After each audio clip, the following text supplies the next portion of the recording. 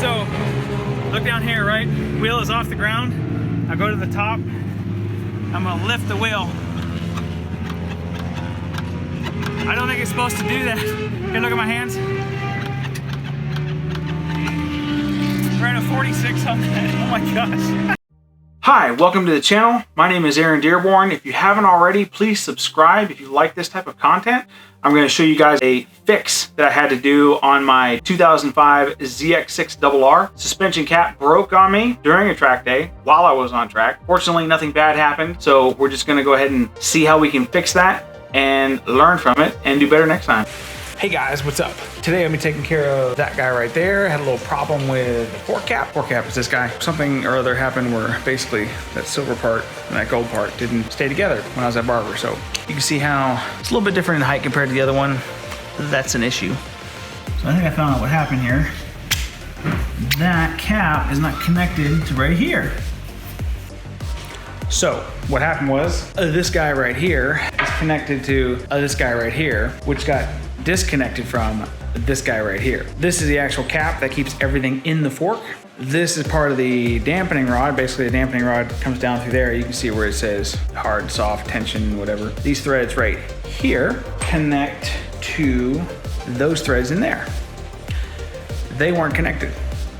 Now we're going to reconnect them all. It's pretty simple, actually. I'm just sitting here taking it apart and putting it back together a couple times, going like, yeah, that's about right. You gotta make sure, obviously, that this stuff is actually together tight. The certain parts are connected tight to each other, specifically the cap to the rebound dampening rod sleeve, we'll say. And once those are actually tight together, that means a preload then can move up and down, because that's what actually got disconnected from the cap. The preload adjuster got disconnected from the cap.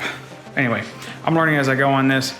Feel free to haze the crap out of me, because frankly, it's okay. You learn as you go, and experience is probably one of the best teachers you can get.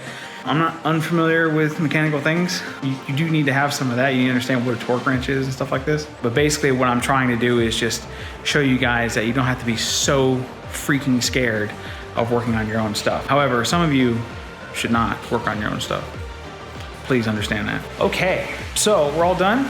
That is the actual fork cap with rebound dampening rod. That's the actual, I don't know if you can see on the video, but that's the actual dampening rod. You can see the steps in it and stuff like that. It does the actual rebound control. Anyway, it's all together, fresh Loctite, completely disassembled, cleaned. When you use Loctite, you do have to use like a contact cleaner to make sure there's no oil on there. Otherwise, Loctite is completely useless at that point. So I did that and wiped down all the seals. There's there's 3 seals, rubber seals and all this. Make sure you don't touch that with like brake cleaner or carb cleaner or acetone or whatever you're using, okay? Because that's rubber, they'll dry it out, it'll crack, and now you have a leak. So just make sure you do that, okay? Cool. Question of the day. Has this ever happened to you guys? Anybody ever had a piece of suspension break or fail while they're at track day? 2, 1, let's go.